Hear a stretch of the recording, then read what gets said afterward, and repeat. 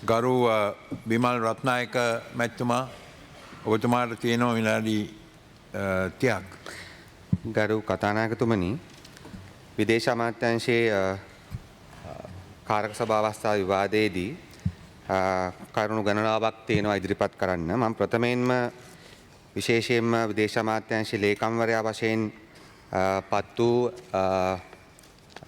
විශාල අත්දැකීම් ප්‍රමාණයක් තිබෙන රවිනාත් ආරසිංහ මැතිතුමාට සූපතනවා. එතුමාට විදේශ අමාත්‍යාංශය හොඳට ඒ වගේම රට වෙනුවෙන් සහ වැඩ කරන අවංක නිලධාරීන්ව ඉදිරියට ගැනීම වෙනුවෙන් විශාල වැඩ කටයුත්තක් කරන්න ශක්තිය ලැබේවා කියලා.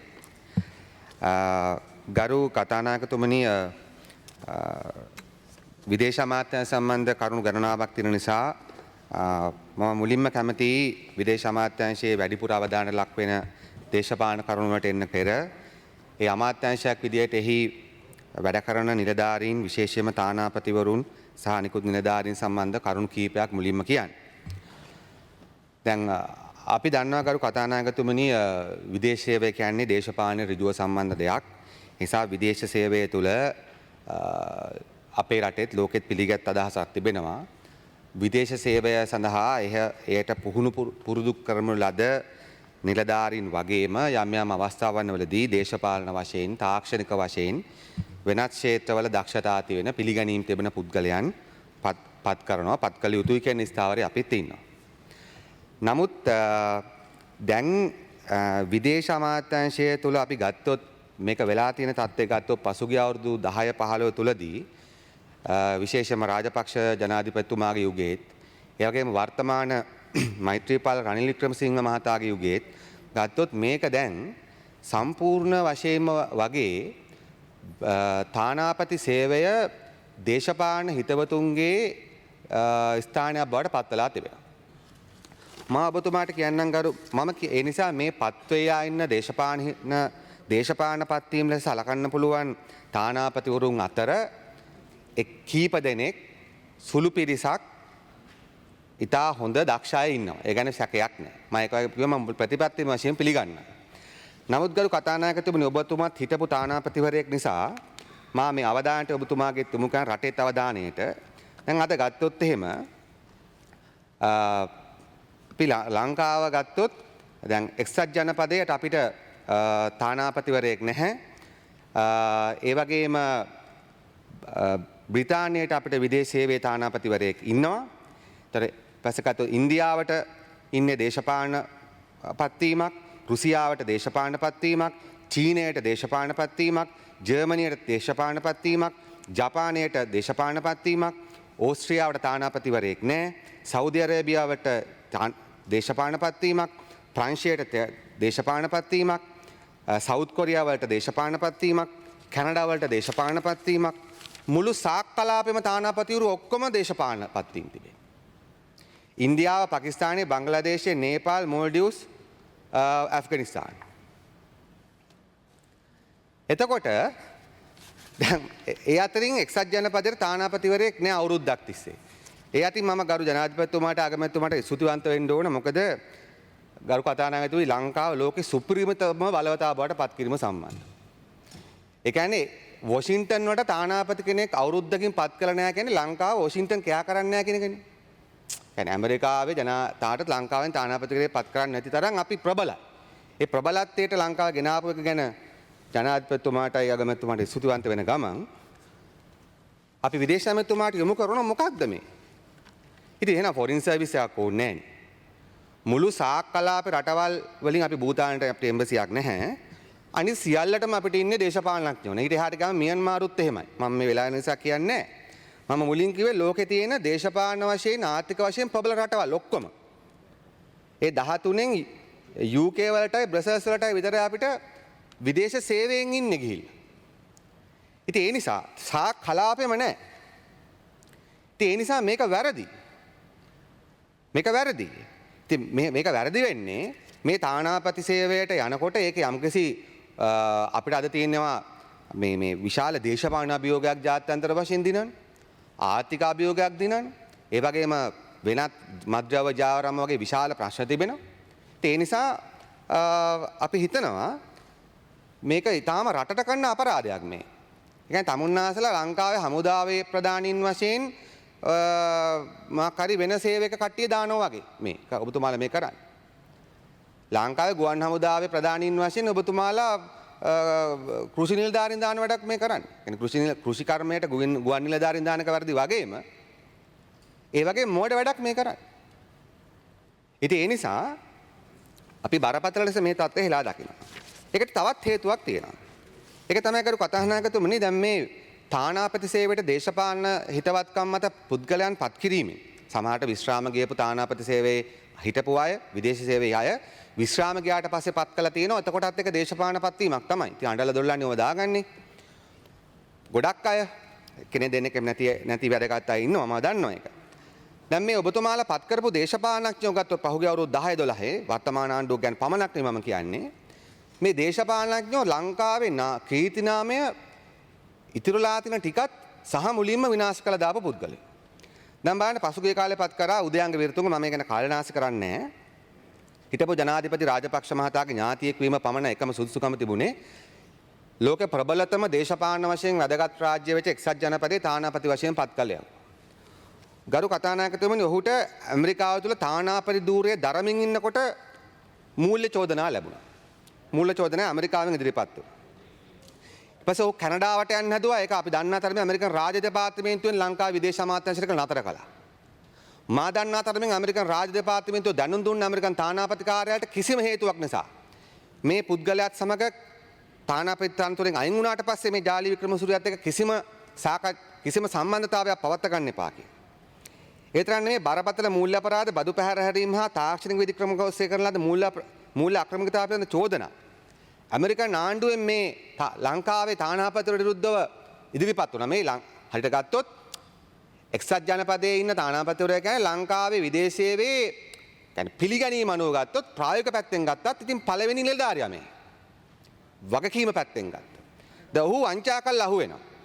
ඊට පස්සේ සිටිසන්ෂිප් එක ගන්න බොරු පර්සනල් ඩීටේල්ස් දීලා අහු වෙනවා. මොකද්ද කරු කතානායකතුමනි මේ රටේ තත්ත්වය? මොකද්ද ඔබතුමාගේ ආණ්ඩුවේ?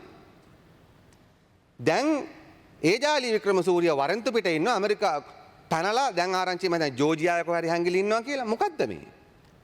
නිසා ඒ ජාලිය වික්‍රමසූරිය එක්කෙනෙක්. ඊට පස්සේ උදයංග වීරතුංග. ලංකාවේ තානාපති සේවය දැන් ඉන්නේ රෙඩ් ලිස්ට් එකේ. ඉන්ටර්පෝල් ලිස්ට් එකේ නා උඩ ඉන්නේ. කියන්නේ ෆොරින් සර්විස් එක තමුන්නාස්ලා ෆ්‍රෝඩ් සර්විස් එකක් කරලා තියෙනවා.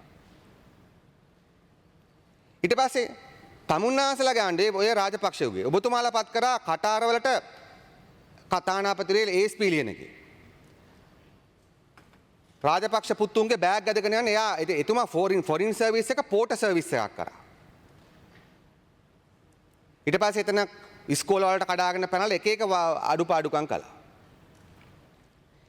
ඊට පස්සේ අපි හයි පෝස්ට් කමිටියකට විරුද්ධ වෙද්දී කිසිදු හේතුවක් නිසා නෙමෙයි අපි වගකීමෙන් කරු කතානායකතුමා සාක්ෂි දයාන් ජයතිලක මහතා රුසියානු තානාපති වර්ෂයෙන් පත් කොට අපි කිව්වා දයාන් ජයතිලක මහතාගේ දේශපාලන එතුමා දේශපාලනඥයෙක්. එතුමා එක්තරා පක්ෂයක පුද්ගලයන් වෙනුවෙන් දේශපාලන කැම්පේන් කරුවෙක්. දේශපාලන ප්‍රචාරකයෙක්. අපි එතුමාට කිව්වා ඔබතුමාට තානාපති කටයුතු කරන්න බෑ. හැබැයි ඒ තානාපති සේවය හරහා ලැබෙන වාරප්‍රසාදවලට අරවට මේවට ලොල් වෙලා Tamanට කරන්න බැරි තනකොටට ගිහිලා අපි දැක්ක දේශපාලන කුමන්ත්‍රණයේ වෙලාවේදී දයාන් ජාතික මහතා හැසිරෙච්ච විදිය. දයාන් ජාතික මහතා ඒක ෆොරින් සර්විස් එක පත් කරා කරු කතානායකතුමනි නිකන් අර ෆේක් පොලිටිකල් හෙන්ච්මන් සර්විස් එකක් විදියට. ඉතින් ඒ නිසා මම මේ කීපයක් ගත්තේ දේශපාලන පත්වීම් වලින් ආපු කීප දෙනෙක් රටට සේවය කළා තියෙනවා. මම නැතුව නැහැ කියන්නේ නැහැ. නමුත් වැඩි බහුතරයක් දෙනා ඉන්නේ ඔය වගේ දේවල් කරපු අයත් නැත්නම් අනිත් අය ගොඩක් ඉන්නේ අර තමන්ගේ සුඛ විහරණය තමන්ගේ මොනවා හරි කරගන්න එක තමයි කරන්නේ. නිසා කරුණා කළා ඒ නිසා අපි කියන්නේ මේ මම දැන් රටවල් 19ක් මෙතන කිව්වා මේ 19 ඉන්නේ වැඩි ප්‍රමාණයක ඉන්නේ දේශපාලන පත්වීම් වුන් වෙනස් කරලා කරුණා කළා විදේශ සේවයට ඒ සේවයේ පළපුරුද්ද තියන අය එදාපත් කරන්න. ඒ වගේම තමයි මම ඔබතුමාලගෙන් ඉල්ලා සිටිනවා විදේශ සේවයට මම කාරක සභාවේදී මේක ප්‍රශ්න කළා. ඔබතුමාලා තානාපතිවරු සමග තානාපතිවරු පත් කරනකොට ගරු ඇමතුමනි ඔබතුමාලා යම්කිසි ගිවිසුමක් ඇග්‍රීමන්ට් එකක් අත්සන් කරනවා. ඔබතුමා නීතිපතිවරයෙක් වශයෙන් මේ රටේ හිටපු කෙනෙක් නිසා, ජ්‍යෙෂ්ඨ ඇමතිවරයෙක් නිසා මම ඔබතුමාගෙන් ඉල්ලා හිටන කරුණාකරලා ඒ ඇග්‍රීමන්ට් එක හරියට රටේ සෛරීත්වයට අනුව, රටේ නීතියට අනුව, රටේ අවශ්‍යතා අනුව කටයුතු කරන්න පුළුවන් බලපෑමක් සහිත ඇග්‍රීමන්ට් එකක් බවට පත් කරන්න ඕනේ. දැන් මේ පොලිටිකල් කූ එක අනිත් පැත්තට ගිය වෙලා හිතන්න පොලිටිකල් කූ එකේදී එක තානාපතිවරයා තම තමන්ට ඕන විදිහට නටන්න පටන් ගත්තට පස්සේ අපි රටක් විදිහට මොන වගේ තත්ත්වයකටපත් වෙන්නේ? ඉතින් ඒ විතරක් නෙමෙයි. දැන් ඒ නිසා අපි අහන්නේ ඒ වගේම තමයි මම දැනගන්න කැමති දැන් අපිට විදේශ පුරවැසිභාවයේ තියෙන පුද්ගලයන් රටේ සේවයට අවශ්‍යයි. මම පිළිගන්නවා. විශේෂයෙන්ම විදේශ අමාත්‍යාංශ වගේ එකකට ඩුවල් සිටිසන්ෂිප් එක තියෙන අය අවශ්‍ය වෙනවා. ඒ කියන්නේ සැකයක් නෑ. ඕනම අමාත්‍යාංශයකට අවශ්‍ය වෙන්න පුළුවන්. නමුත් තානාපතිවරයෙක් වශයෙන් පත් කරද්දී මම හිතන්නේ ගරු කතානායකතුනි ඒ වෙනස් විය යුතුයි. ලෝකේ ගොඩක් රටවල් එහෙම වෙනස් රටක පුරවැසිභාවය දරන කෙනෙක්ට තානාපති තනකම් ගන්න දෙන්නේ නෑ. ඉතින් ඔවුන් අවශ්‍යම නම් ඔබතුමාට පුළුවන් උපදේශකයෙක් වශයෙන් පත් කරගන්න අත්‍යවශ්‍යම නම්. නමුත් තානාපති ධූරයට පත් වෙනවා නම් අනිවාර්යයෙන්ම මේ රටේ පුරවැසිභාවය සහිත කෙනෙක් වෙන්න ඕන. නැත්නම් අපි දන්නවා ද්විත්‍ය පුරවැසිභාවය හෝ වෙනත් පුරවැසිභාවයන් සහිත පුද්ගලයන්ට අවසාන වශයෙන් වග කියන්න වෙන්නේ Tamanට පුරවැසිභාවය දෙන රටට. ඒ නිසා ලෝකේ ගොඩක් රටවල් එක කරන දෙයක්. ඒ නිසා මම ඉල්ලා හිටින්නේ ඩුවල් සිටිසන්ෂිප් එක තියෙන අයගෙන් කිසිම සේවයක් ගන්න බැරි කරන්න නෙමෙයි. ඔවුන් අවශ්‍ය නම් උපදේශකයන් ලෙස ගන්න. නමුත් තානාපති ධූරයට පත් කරද්දී මේ ලංකාවේ පුරවැසිභාවය පමණක් තියෙන අයට දෙන්න කියන එකත් ඒ ඇග්‍රීමන්ට් එක හොඳට බලලා ශක්තිමත් කරන්න තානාපතිරුන්ට ඕන විදියට නටන්න බැරි වෙන විදියට. ඒ වගේම තමයි මම මේ ආසාවදී කියන්න කැමති විශේෂයෙන්ම මම කිව්ව එක සනාථ කිරීම සඳහා විශේෂයෙන් මෑතකදී මේ ඩොක්ටර් ජයන්ත ධනපාල මැතිතුමා එතුමා පුවත්පතකට කියපු දෙයක් මම මෙතන හැන්සල් කරන්න කැමති. ASP වගේම ජයන්ත ජයතිලක තානාපතිකමට හරියන්නේ නැහැ. දැන් මම මේක මගේ අදහසක් පමණක් නෙමෙයි. මේ රටේ පිළිගත් රාජතාන්ත්‍රිකයෙක් එතුමා මම හිතන්නේ කිසිම පුද්ගලික ප්‍රශ්නයක් නිසා මේවා කියනවා කියලා එතුමා. ඒ නිසා මම ඔබතුමාට මූලික වශයෙන් කියන්නේ ලෝකේ හැම බලවත් දේශපාලන මධ්‍යස්ථාන හැම එකටම ඔබතුමාලා දේශපාලනඥයෝ දාලා තියෙන්නේ. ඒක වෙනස් කරන්න කියන්නේ. ඒ වගේ තමයි කරුවා අමැතිතුමනි දැන් ඔබතුමාලාගේ විදේශ අමාත්‍යාංශය තුල ඔබතුමාලා මෑතකදී අපි අවස්ථා ගානකදී ඉදිරිපත් කරන ලද ඉල්ලීමක් සයිප්‍රස් වල ලංකාවේ තානාපති කාර්යාලයක් ආරම්භ කරන්න කියන ඔබතුමාලා ඒක ආරම්භ කරලා තිබෙනවා. ඒට ස්තුතිවන්ත වෙනවා. එසදා කලින් කටයුතු කරපු ඇමතුරුන්ටත් ඒ ස්තුතිය පළ කරනවා. ඒ වගේම අපි දකිනවා නවසීලන්තය තුලත් විශාල වශයෙන් ශ්‍රී ලාංකිකයන් ඉන්නවා. ඔවුන්ගේ දැනට කන්සූල් කටයුතු සිද්ධ වෙන්නේ මා දන්නා තරමින් ඕස්ට්‍රේලියාවේ ඉඳලා. ඒ නිසා අයත් සලකා බලන්න කියලා ඉල්ලා සිටිනවා. ඒ වගේ මේ රටේ අග්‍රාමාත්‍යවරිය මේ මෑතකදී පෙරළන ලද අති විශිෂ්ටයේ රාජතාන්ත්‍රික සහ මානවවාදී හැසිරීම අනුව ගත්තත් ඒකට කරන ගරුත්වයක් වශයෙන් වුණත් ඇත්තටම තානාපති සම්බන්ධකම් කාර්යාලයක් ආරම්භ කරාට කමක් නැහැ. මොකද ගොඩක් දේවල් අපිට ඉගෙන ගන්න තියෙන වගේ පේනවා ඒ වගේ අයගෙන්. ඒ වගේම මධ්‍යම ආසියාව අපි ඉස්සර දිගටම කටයුතු කළේ රුසියානු තානාපති කාර්යාලය හරහා. අද ලංකාවේ තේ අලවිය ගොඩක් සිද්ධ වෙනවා මේ ප්‍රදේශවලට දියුණු වෙමින් තිබෙනවා. චීනේ බෙල්ට් ඇන්ඩ් රෝඩ් ඉනිෂියේටිව් එක ඇතුලේ ගොඩක් සෙන්ට්‍රල් ඒෂියා වලට සම්බන්ධතා ඇති වෙලමින් තිබෙනවා. ඒ නිසා මා දන්නවා මේවා වියදම් යන වැඩ. මේවා ගැන හරි ඇස්සමේන්තුවක් අරගෙන අර තමන්ගේ හොර සල්ලි දා ගන්න උනාම සීෂෙල්ස් වල ඒවා ඕපන් කරා වගේ නෙමෙයි. හොඳ ඉන්වෙස්ටිගේෂන් එකක් කරලා ඇසෙස්මන්ට් එකක් කරලා ආර්ථික සහ දේශපාලන වශයෙන් අපිට ප්‍රයෝජනවත් තියෙනවා නම් අපි ඔබතුමාගේ ඉල්ලා සිටිනවා ඒ මධ්‍යම ආසියාවේ රටක තානාපති කාර්යාලයක් ආරම්භ කරන්න කියලා. ඒ වගේම මම එතුමාගේ අවධානයට යොමු කරනවා දැන් ඔබතුමාලගේ මේ දේශපාලනඥයන් තානාපතිවරට පත් කිරීම නිසා අවුරුදු 20 22 වගේ විශාල කාලයක් තානාපති විදේශ සේවයේ ඉන්න නියෝජ්‍ය තානාපතිවරු ලෙස අවුරුදු 8 10 වැඩ කරන තානාපතිවරු ඉන්න උන්ට උසස් වීම නැතුව ඉතා දක්ෂ ලෙස කටයුතු කරනවා. වගකීම මම පෞද්ගලික මුකුත් කතාවක් නිසා නෙවෙයි මම වගකීමෙන් මට අවශ්‍ය නැහැ ඔබතුමා නම් කියන්න පුළුවන්. ඒ නිසා මේක අසාධාරණයක්. ඕනම පුද්ගලයෙක් තමන් දක්ෂතා පෙන්ලා තියෙනවා නම් අවංක නම් රටට වැඩ කරලා තියෙනවා නම් අවුරුදු 10ක් නියෝජ්‍ය තානාපති කමේ ඉන්නවා කියන්නේ මිනිහෙක් අවුරුදු 200ක් ජීවත් වෙන්නේ නැහැ නේ ඇමතුමනි. ඒ නිසා කරුණාකරලා එවැනි පුද්ගලයන්ට තානාපති ධූරයට ලබා දෙන ඔබතුමා නිර්දේශ කරන්න. ඔබතුමා පත් නොකරන බව මා දන්නවා. නමුත් ඔබතුමාට ඒකට බලයක් තිබෙනවා. ඒ නිසා කරුණාකරලා රටට වැඩ කරන්න පුළුවන් දක්ෂ නිලධාරීන්ගෙන් වැඩ ගන්න. මොකද ඔබ දන්නවා. දැන් ලංකාවත් එක්ක විශාල ප්‍රශ්න තියෙන රටක් ඉන්දියාව. අපිටත් එක්ක හොඳක වගේම නරකක් තියෙනවා. ලංකාවට එනවා ඉන්දියන් ට්‍රෝලර්ස් 1000ක 1500 අකම නතර කරගෙන නැහැ. මොන පණත් හැදුවා. ඊළඟට විශාල වශයෙන් දැන් මොනවාද මද්ද්‍රව්‍ය වෙනවා. අපි නතර කරගෙන නැහැ. ඊට පස්සේ එක්ක වගේ ගිවිසුම් වෙනකොට ඔබතුමා බලන්න ඉන්දියන් ඩෙලිගේෂන් එකක් ඕනම තැනකදී වැඩ කරන විදිය ගත්තොත් කොච්චර දක්ෂද ඒගොල්ලෝ. අපි කොමන්වෙල්ත් එකට ගියත් UN පාර්ලිමේන්ටරි සෙෂන් එකකට ගියත් WTO ගියත් ඉන්දියාවේ යන නිලධාරීන් අති දක්ෂ ලෙස ඒගොල්ලන් හැම දෙයක්ම පාඩම් කරලා ඉතාලම තමන්ගේ රට වෙනුවෙන් සමහරට ඕනට වැඩි කියලා හිතන තරමටම ඒගොල්ලන් මැදිහත් වෙනවා. දැන් එක්ක වගේ දෙයක් අපි කටයුතු කරද්දී එවැනි ඉතා දක්ෂ නිලධාරීන් පිරිසක් එක තමයි ලංකාවට කටයුතු කරන්නේ. ඒ සඳහා අපිට අවශ්‍යයි දක්ෂ නිලධාරීන් ඉන්දියාවට පාකිස්තානයට වගේ රටවල් වලට යවන්න. ඒ සුදුසුකම් තියෙන අයට තානාපතිකම් ඒව දෙන්න. ඒ නිසා එහෙම නැති වුණාට පස්සේ විශාල අවුලක් හදනවා. ඒ නිසා මම ඔබතුමාගේ ඉල්ලා සිටිනවා මේ අසාධාරණ වෙනස් කරන්න. දේශපාලනඥයන්ට ඔය තියෙන වහපු සංස්ථා 30 ගණනක් තියෙන මන්දනේ කිරියල්ලමතුමා ගා. ඒගොල්ලන්ට ඒව දෙන්න. 38ක් දකොත් තියෙනනේ කිරියල්ලමතුමා. ඒවට දාන්න පුළුවන්. ඒක තමයි අර වින්ටර් එකේ විවුලවල ඉන්නව වෙනුවට නේ ගෙනල්ලා මේ ලංකාවේ හොඳට උණුසුමට ඉන්න පුළුවන්. ඒ කියන්නේ ආණ්ඩුවට එහෙම අවස්ථාවක් තියෙනවනම්. රයිට්. ඊට පස්සේ කරු අමතුමනි මම ඔබතුමා මේ ඊටාම කෙටියෙන් කියන්න කැමතියි විශේෂයෙන්ම මේ ඔබතුමාලගේ අමාත්‍යාංශයෙන් මම ජාත්‍යන්තර කටයුතු පිළිබඳ ආංශික කාරක සභාවේ නියෝජිතයෙක් නිසා දැන් ඉදිරිපත් කළා තියෙනවා මේ මොනවාද action plan assessment of action plan 2018 missions post provisional evaluation report 2018 කියලා. දැන් සාමාන්‍යයෙන් මේව කවුරුත් බලන්නේ නැහැ. නමුත් මම බැලුවා. ඊට පස්සේ මම පාර්ලිමේන්තු රිසර්ච් එකට කියලාත් මේක පොඩ්ඩක් බැලුවා. ගරු ලේකම්තුමාට මම කියන්නේ තුමාට ඉන්න නිසා කරුණාකරලා මේ වගේ වාර්තා ඉදිරිපත් කිරීම මේ මම හිතනවා අමාත්‍යාංශ ලේකම්තුමාගේ ගරුත්වයටත් හොඳ නෑ කියලා. මොකද එතුමා තා දක්ෂ නිලධාරියෙක් කියලා අපිට දිගු පිළිගැනීමක් තියෙනවා. මේවා ෆේක් රිපෝට්ස්. ඒ කියන්නේ දැන් උදාහරණයක් ගත්තොත් මේක ඇක්ෂන් ප්ලෑන් එකක් වුණාට දැන් මේකේ පළවෙනි කරුණ තමයි ඔබතුමා දන්නවා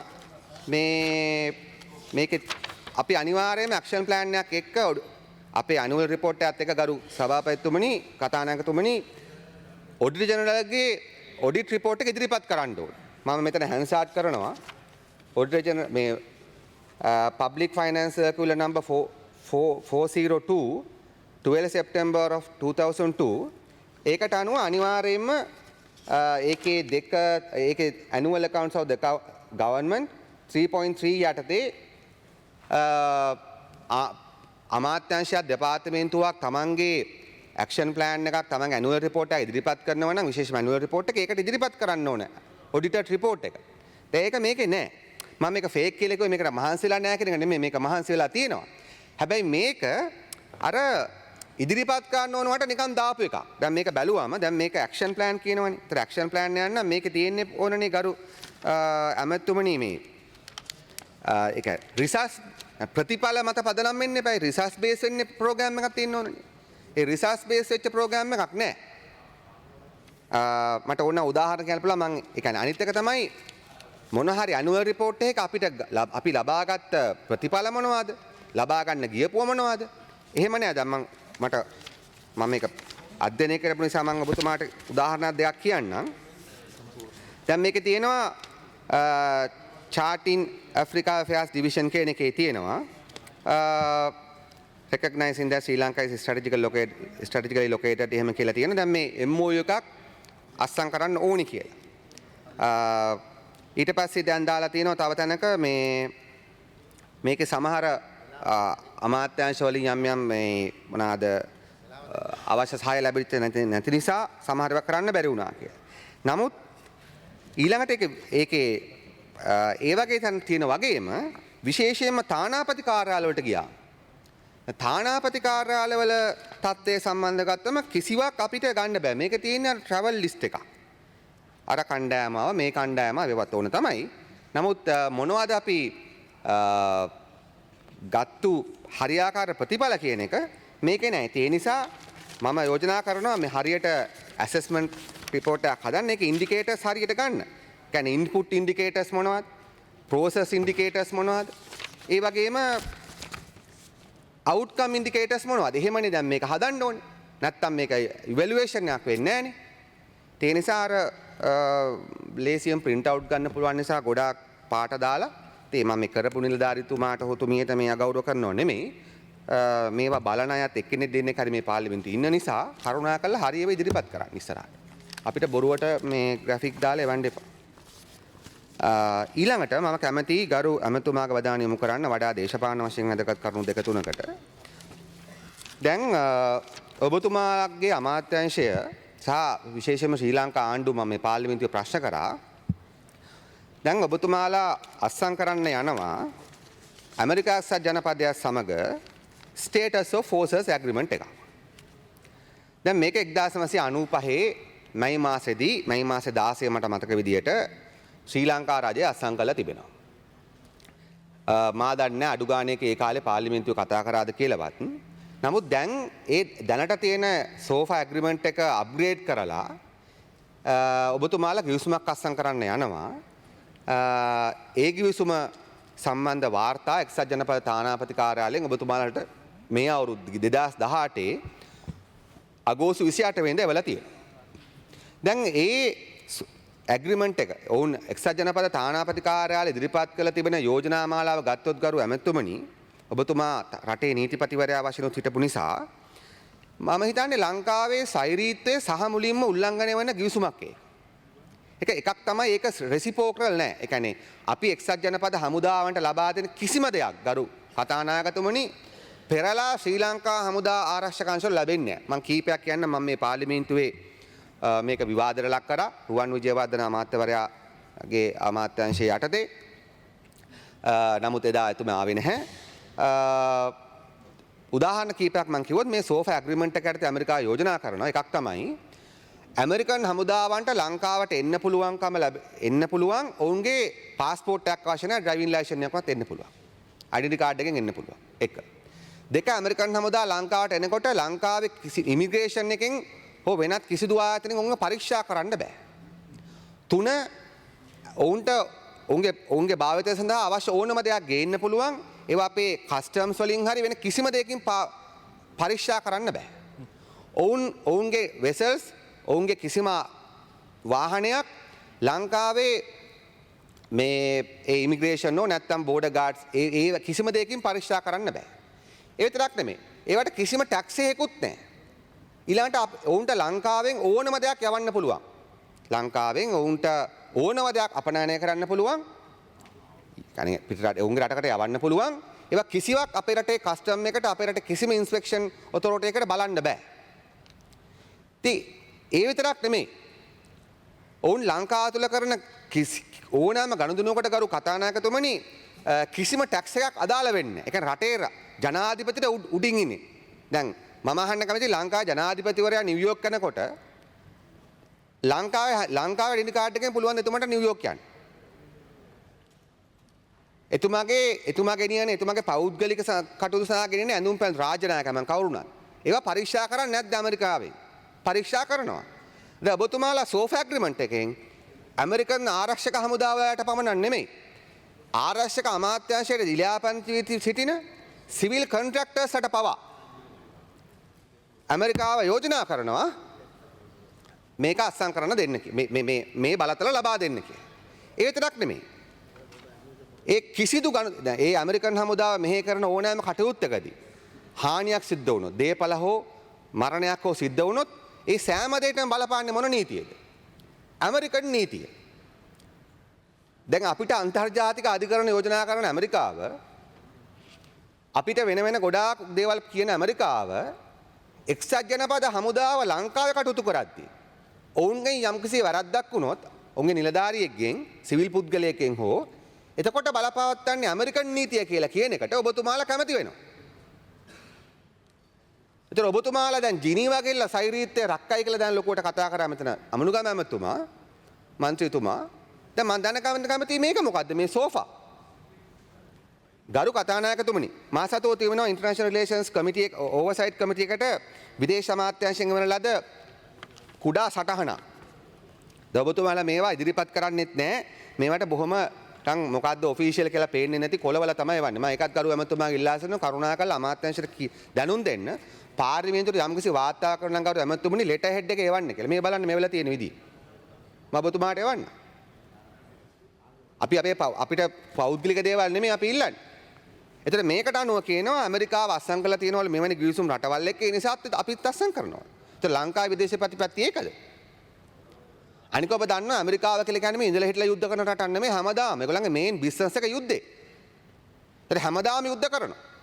ඒතර හැමදාම යුද්ධ කරන රටකට ලෝකෙ තියෙන ලොකුම යුද්ධවාදී රට. ලෝකෙ හැම තැනකම පදිංචි වෙන යුද්ධමය වශයෙන්. ඒ වෙන රටකට අපි මෙවැනි ගිවිසුම් වලින් අපි බැඳුනට පස්සේ මොකද වෙන්නේ?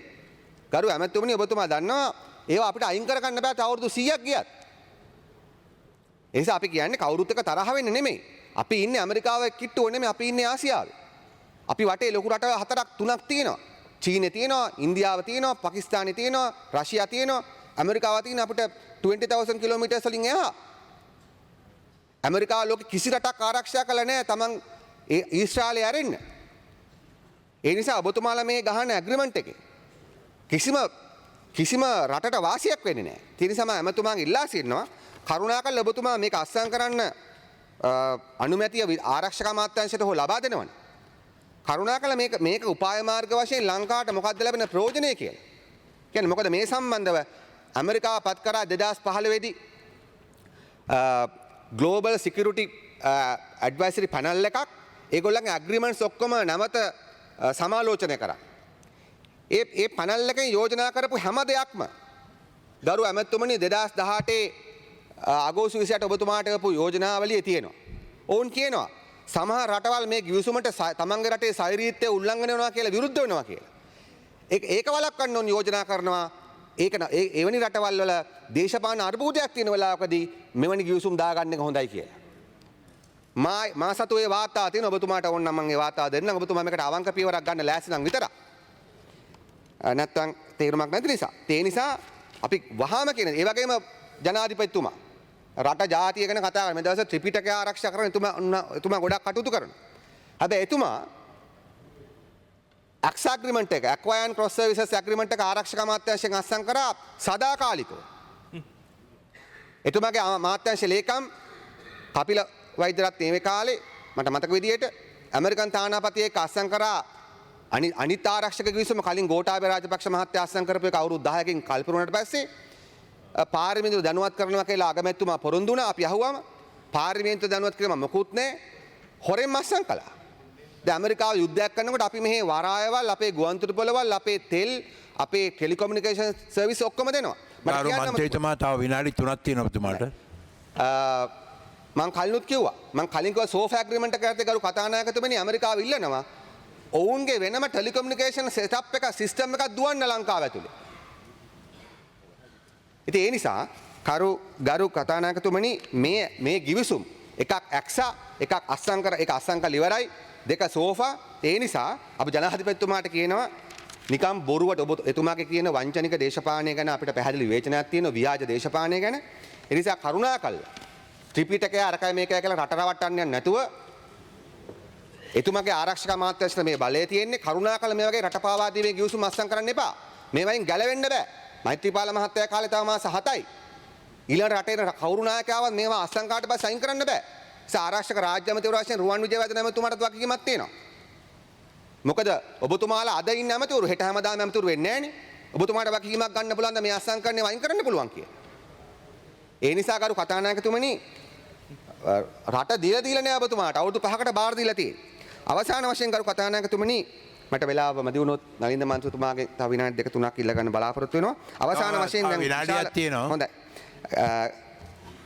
විශාල වශයෙන් මම කියන්න කැමතියි මේ ගොඩක් කතා කරන නිසා අද දවසේදී මේ ජිනීවා මානවිකම් සමුළුව සම්බන්ධ.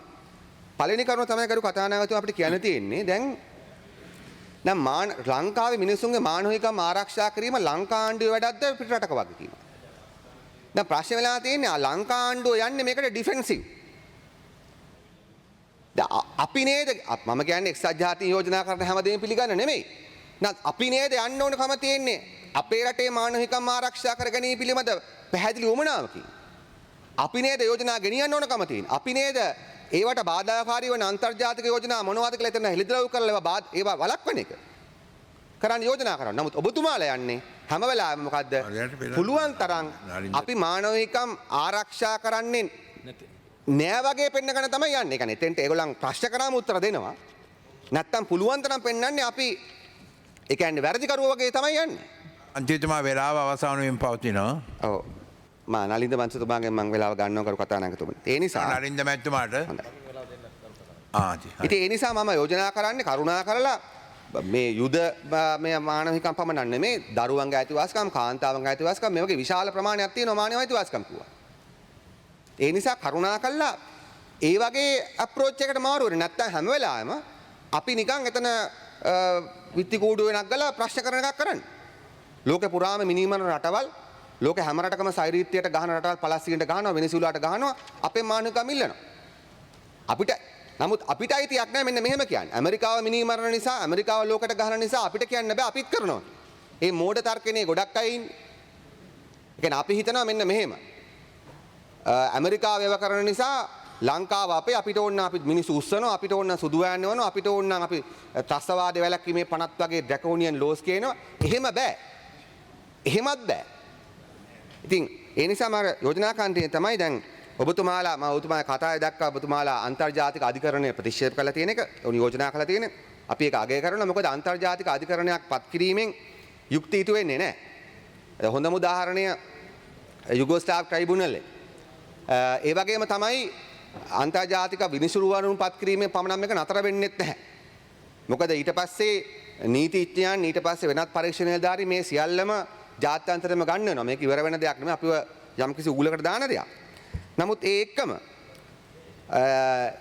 එක්කම මම දැනගන්න මම අපි කියන්න කැමති මෙතන දැන් මේ ජිනීවා වල ලංකාව මානවිකම් ආරක්ෂා කිරීම පිළිබඳව ඔබතුමාලගේ තියෙන දුර්වලතාව.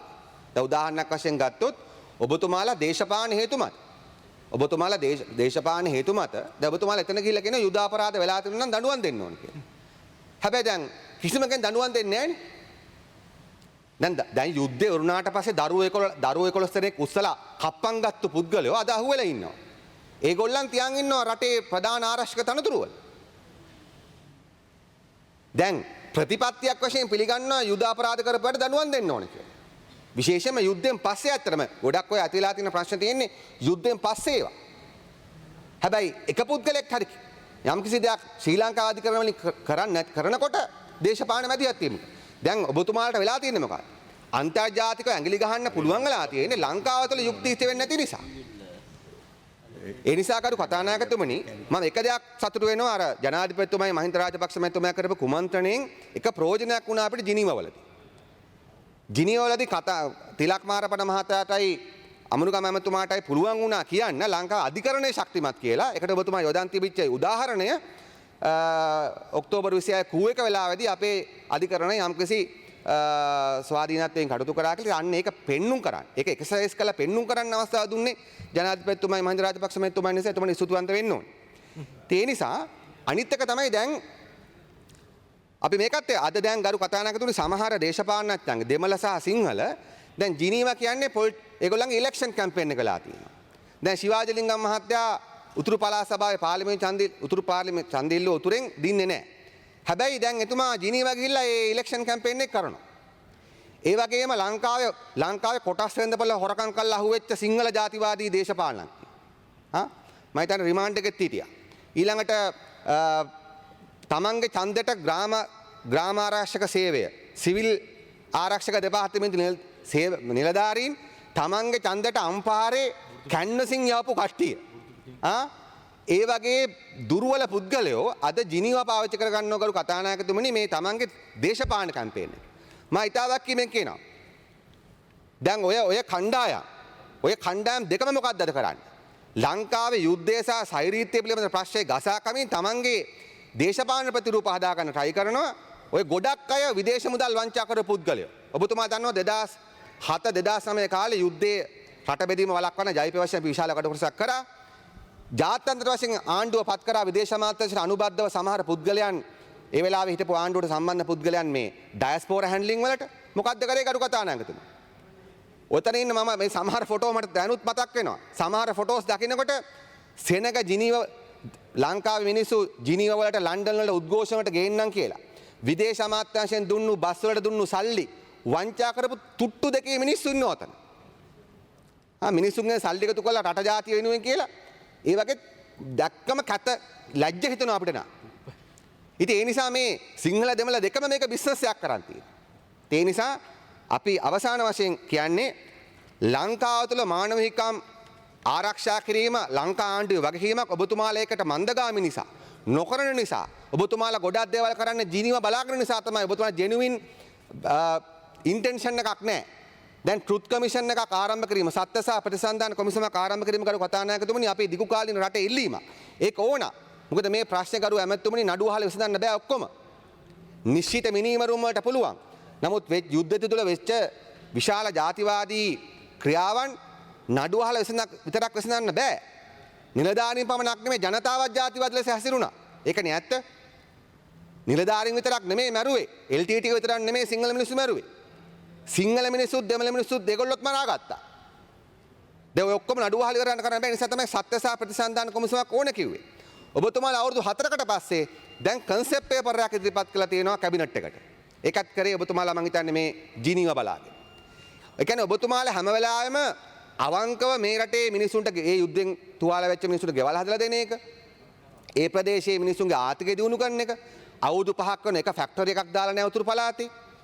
ඒ ජන ජීවිතයේ සබැලස ගොඩනගන්න කිසිවක් කරන්නේ නැතුව හැම මාර්තු මාසකම හැම සැප්තැම්බර් මාසකම ඔබතුමාලා කලබල වෙනවා. ඒ නිසා තමයි ලංකාවට එරෙහිව ඉන්න කණ්ඩායම් වලට මේ අපේ රටේ මේ ප්‍රශ්නය ගසා ගන්න පුළුවන් වෙලා තියෙන්නේ.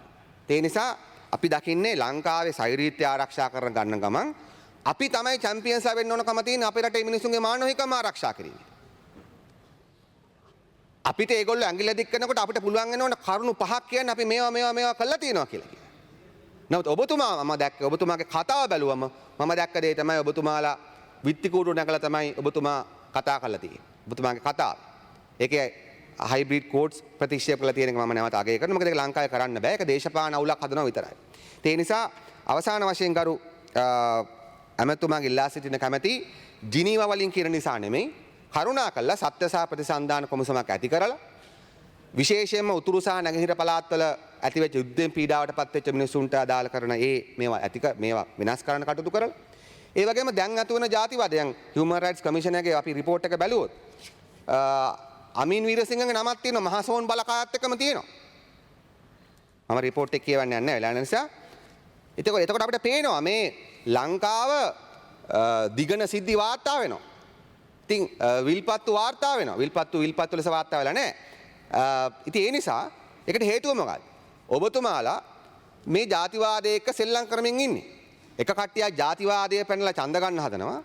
ඔබතුමාලගේ පක්ෂය බලාපොරොත්තු වෙනවා ටිකක් විශේෂම මුස්ලිම් ජනතාව පැත්තෙන් කතා කරොත් මුස්ලිම් ජනතාවට ටිකක් ගහන එක හොඳයි බය කරන එක හොඳයි. එතකොට තමයි ඒගොල්ලෝ බය වෙලා UMP පැත්තට එන්නේ කියලා. මම ඍජුවම කියනවා ඒක. සිංහල ජාතිවාදී පැත්තේ මුස්ලිම් ජනතාවට කරන ප්‍රහාරයට එක්සත් ජාතික පක්ෂ නායකයෝ අනියමින් කැමති. එතකොට තමයි මුස්ලිම් මිනිස්සු බය වෙලා UMP පැත්තට එන්නේ. ඒ නිසා ඔබතුමාලා දිගන සිද්ධිවලදී ඒක මර්ධනය කරන්නේ ඔක්කොම උනාට පස්සේ. ඒ වගේම දැන් විල්පත්තු ප්‍රශ්නේ දැන් දාලා තියෙන්නේ. එතන අපි දන්නවා ජාතිවාදය ක්‍රියාත්මක වෙනවා. නමුත් ඒක අද විල්පත්තුව කපනෝ කියලා ගෙනලා තියෙන මතය වැඩිපුර ගත්තොත් ගරු කතානායක දැන් විල්පත්තුවේ 아무තු දෙයක් වෙන්නේ නැහැ. 2013 14 15 කාලේ මේ ප්‍රදේශයේ පදිංචි වෙච්ච මිනිස්සුන්ගේ හිටපු මිනිස්සුන්ට නැවත ඉඩම් දෙන්න කරපු දෙයක් තියෙනවා. ඒ ASCII පවුල් 600කට ඉඩම් දෙන්න ඕනකට පවුල් 1000කට වගේ කපලා තියෙනවා. එතන අපි පිළිගන්න ඕන ඉස්සෙල්ලා මේ පවුල් 600ට පදිංචි වෙමින් තියෙන අයිතිය. ගරු බිමල් රත්නායක මහත්මයාලා අමුතලා විනාඩි 10 විතර එක මිනිත්තුවයි ඉතුරුලා තියෙන්නේ. ඒ මිනිත්තුවයි එන පාවිච්චි කරලා ඉතුරු හරි. හරි ඉවරයි. ඉතින් ඒ නිසා මම කියන්නේ දැන් එවැනි ජාතිවාදී ප්‍රොපගන්ඩා එනකොට ඔබතුමාලා මොකද්ද විදේශ අමාත්‍යාංශ ලෙස කරන්නේ කරුවා මැතිතුමා? මොකද ඔබතුමාට තේරෙනවා මේක ලංකාව තුළට වඩා එළියට යන ප්‍රශ්නේ ලොකුයි කියලා. ඔබතුමාලා ඒවයි වන සංරක්ෂණ අධ්‍යක්ෂ ජනරාල් මම දැක්කා ඊයේ තමයි මම හිතන්නේ Facebook එකට දාලා තියෙන මේක වීඩියෝ එකක්. ඔබතුමාට තේරෙනවනේ මේ ප්‍රශ්නේ තියෙන සංවේදීකම. ඒ කියන්නේ දකුණේ කැලෑ කපන අයත් විල්පත්තුව කපා ගන්න එපා කියලා ෂෙයා කරනවා ෆොටෝස්. Amazon deforestation එකේ ඉමේජස් අරගෙන දානවා විල්පත්තුව කපනවා කියලා. අපි විල්පත්තුව කපනටත් විරුද්ධයි. සිංහරාජ කපනවා ඒකටත් විරුද්ධයි. කොහේ වන සංරක්ෂණ වන විනාශයට විරුද්ධයි. ඒ වගේම අපි ජාතිවාදයට විරුද්ධයි. හොඳයි එහෙනම් අවසාන කාරණා ඒ නිසා ගෞරවනීය ඒ පිළිබඳ අදහස් ඉදිරිපත් කර මම කතාව අවසන් කරන බොහොම ස්තුතියි. හොඳයි